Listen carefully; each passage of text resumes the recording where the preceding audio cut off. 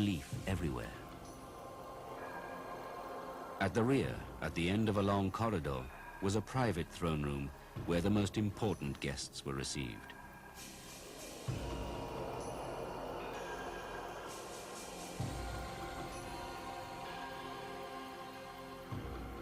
From these balconies, Kublai would greet his subjects during annual festivals and watch as they kowtowed before the most powerful man on earth. But building Dadu was only the beginning. It had to be populated, and not just by merchants and traders. For Dadu to succeed, it had to attract families from the traditional ruling class.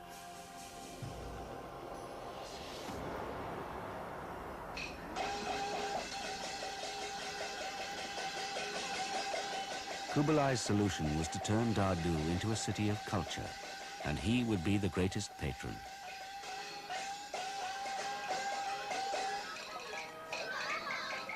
Throughout the capital, he built public theaters and he sponsored companies to perform in them. Kublai himself greatly enjoyed the theater, and his regular presence elevated its importance within society.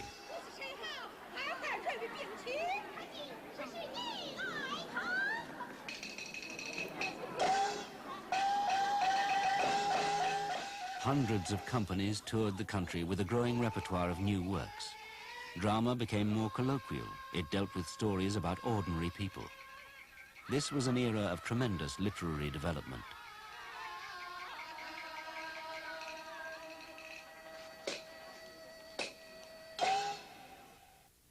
One of Kublai's other great passions was painting. He commissioned hundreds of new works.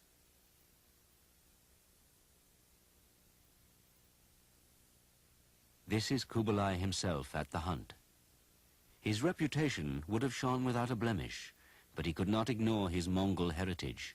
He yearned for yet further conquests. This would have been the view from the shores of Hakata Bay in Japan on a summer morning in 1281. Before the Japanese defenders, there appeared a massive armada containing nearly 150,000 men. They had been sent by Kublai to conquer Japan.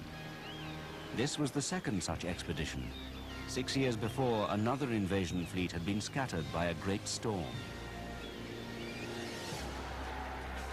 But this time, with more men and ships, success should have been assured. But the Japanese defenses were much stronger than expected, and the invading army, most of whom were Chinese, had little enthusiasm for the campaign. The invaders struggled bitterly for months to breach the defenses.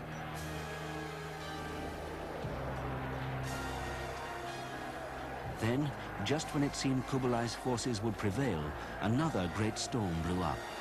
For the second time, the gods of nature thwarted Kublai's hopes. The Mongol fleet prepared to evacuate, but as the soldiers tried to clamber on board, they were cut to pieces. Those that did manage to escape were drowned, for almost the entire fleet was sunk. It was the most humiliating defeat in Mongol history. Nearly 80,000 men went to the bottom. The occasional remnants of Kublai's ambition are still washed up on the beaches.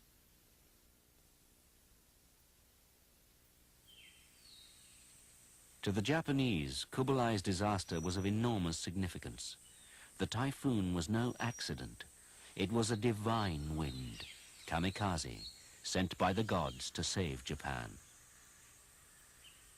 This garden, near Hakata Bay, is filled with shrines dedicated to the defenders and to the gods who acted on Japan's behalf.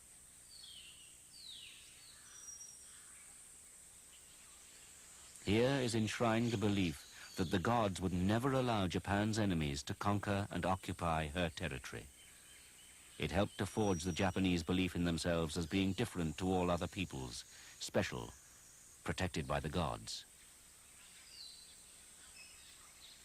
The disaster at Hakata Bay was only one of a number of humiliating defeats that brought little comfort to Kublai during his last years. The end of his life was spent in an alcoholic haze, shrouded in disappointment and shame. When he died in 1294, the empire had seen the last of the truly great descendants of Genghis Khan.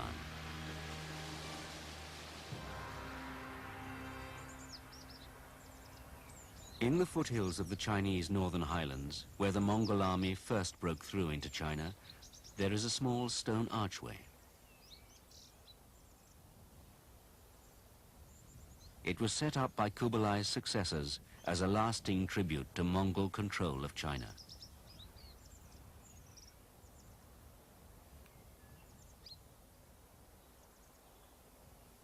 On its walls, alongside Buddhist figures, are accounts in 3 languages of the Mongol conquest and the lives of Yuan emperors.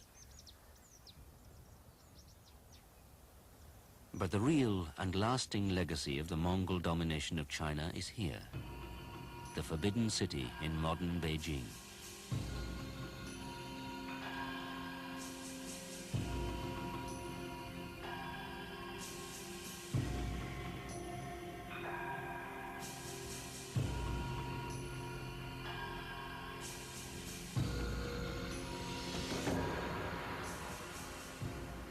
It was built by successive dynasties on the ruins of Kublai's great capital. Its importance to China owes much to the builders of Dadu, not least because it has remained the capital of a united China ever since Kublai decreed it so 700 years ago. Within the space of just 3 generations, the Mongols had gone from barbaric destroyers to builders of cities. And the Mongols left another legacy, though this is one that they didn't build: the Great Wall. Built by the successors to the Yuan, the Ming dynasty, it was a formidable declaration by the Chinese that they would never again allow their country to be occupied and ruled by foreigners.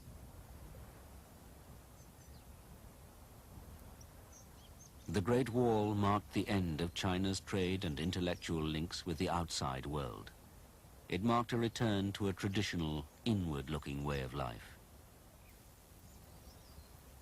But during that brief period when the Mongols ruled Asia and people and knowledge could move between East and West, the world changed beyond recognition. For example, the Chinese had for centuries printed their most valuable texts from wooden blocks. Thus, papers and books could be printed in unlimited copies. Movable type followed soon afterwards. By the 15th century, printers in the West were doing the same. Gunpowder also had its genesis in the East. The Mongols first encountered it during their sieges of Chinese cities.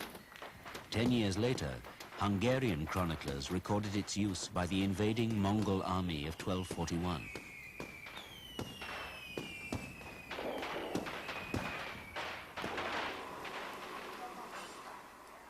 There were also more prosaic ideas from the East.